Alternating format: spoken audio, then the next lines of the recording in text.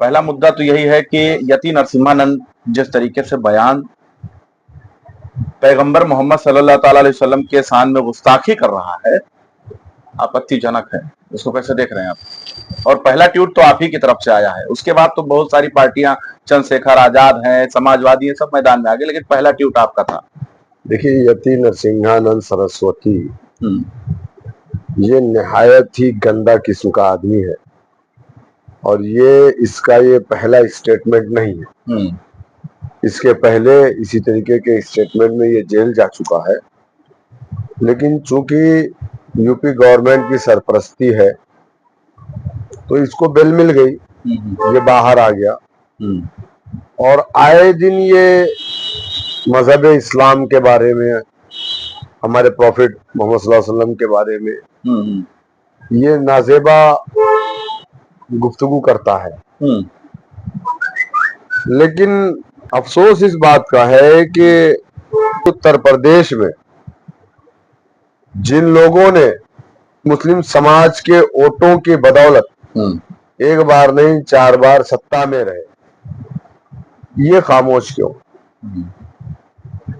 सिर्फ इलेक्शन में बीजेपी का खौफ दिखा करके मुसलमानों का वोट अपने पाले में डलवाते। अच्छा, एक चीज और है, मौलाना मुफ्ती सलमान अजहरी,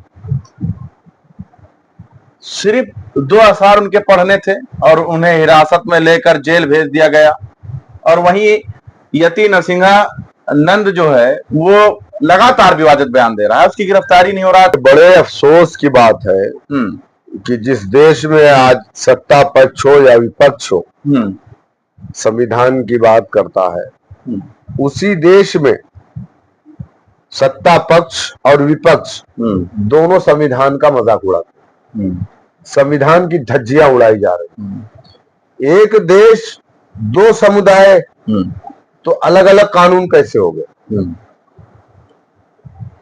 आप इजराइल का झंडा लेकर के प्रोटेस्ट करते हैं तो आप राष्ट्रवादी हैं। इजराइल 40 से 45 हजार औरतों और बच्चों को फलस्तीन में मार दिया।